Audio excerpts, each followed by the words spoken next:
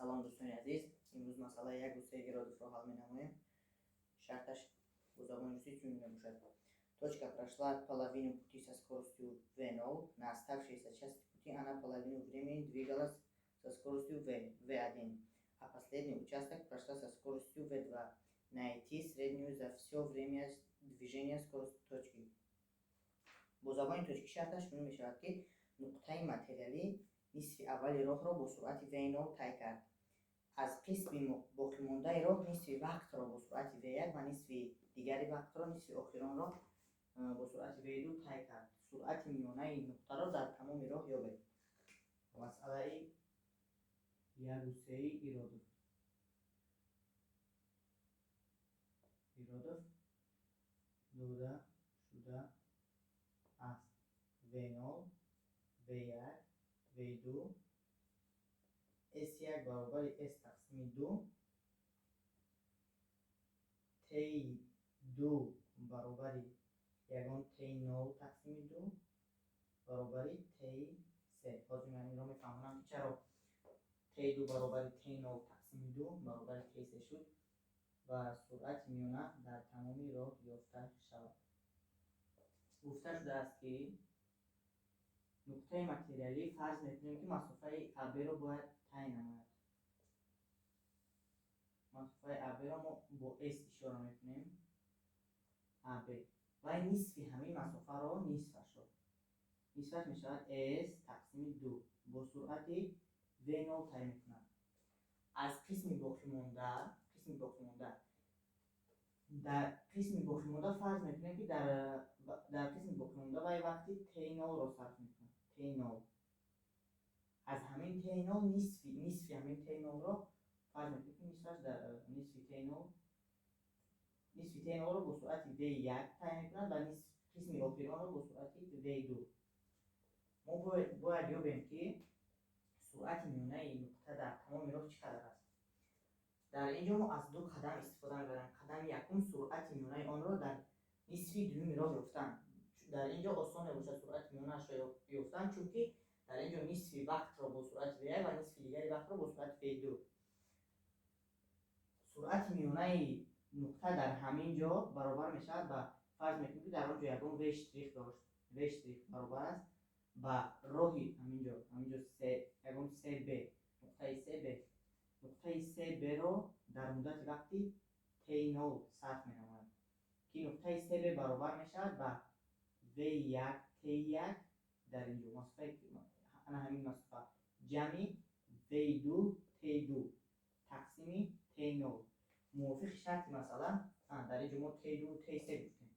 وقتی که در اینجا صرف میشه t2 در اینجا t2 و در قسمت دوم t3. موافق شرط مثلا گفته شده است که باید نصف وقت t2 و t3 برابر میباشند با t0 تقسیم 2. پس برابر در جای t2 و t3 میگذاریم v1 ضرب t0 تقسیم 2 جمع v2 ضرب t0 تقسیم 2 همه اینها تقسیم t0. در اینجا t0 و t0 اختصار میشن میموند v1 جمع v2 تقسیم 2. ما سرعت میانه نقطه متریالی رو در نصف دوم راه یافتیم.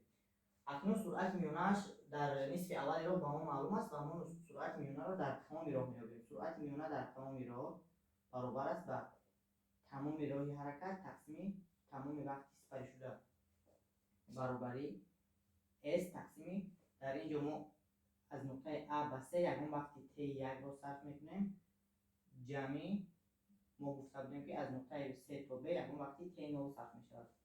در اولی مثلا در اینجا ما t0 قید کردیم. t1 و t0 رو ما از فرمول‌های سرعت میانه در همین قطعه ها می‌یابیم. در قطعه A3 سرعت میانه نقطه v0 بود، یعنی v0 برابر A3 ما این s تقسیم 2 میباشد s تقسیم 2 تقسیم t1.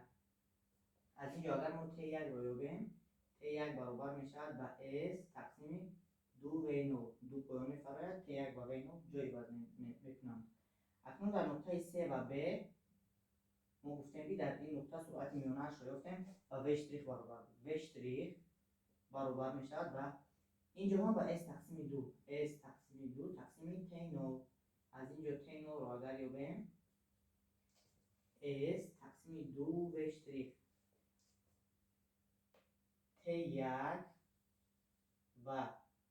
T0 رو آورده در این فرما میگذاریم.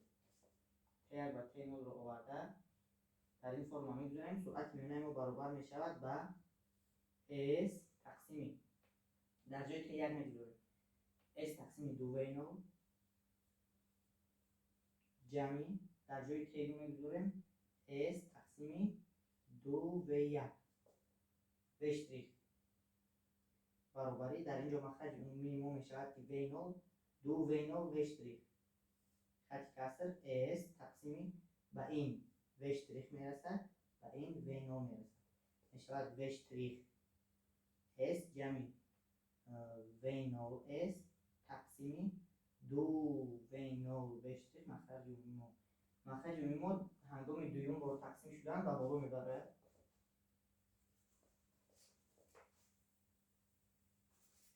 مخرج عمومی ما هنگام دوم با تقسیم شدن و بالا میبره. 2V0 V' S تقسیم در اینجا S رو ما از قوس میبریم S V' جمع V0 و S ها اختصار میشن میموند 2V0 V' تقسیم V0 جمع V'. اکنون V' رو ما در این بالا یافته بودیم. V' رو آورده در جایش میگذاریم میشود سرعت میانه برابر است و 2 ضرب V0 ضرب در جای V' میمونیم 1 جمع V2 تقسیم 2 و در جای در پایان هم میگذاریم V0 جمعی در جای V' V1 جمع V2 تقسیم 2 سعی کنیم ببینیم در اینجا 2 با 2 اختصار میشود میموند V0 ضرب V1 جمع V2 تقسیم در اینجا مخرج عمومی ما 2 میشود 2 V0 جمع V1 جمع V2 و تقسیمی مخرج عمومی ما 2 و بالا میبره در بیو با تقسیم شدن. این جواب مسئله یک گستری را دوست میباشد. جواب مسئله یک گستری را دوست و ما کوشش میکنیم که مسئله های دیگری ایرادوس رو هم در نوارهای آینده حل کرده در کانال بذاریم. تا نوارهای آینده شاد و پیروز باشید دوستان عزیز.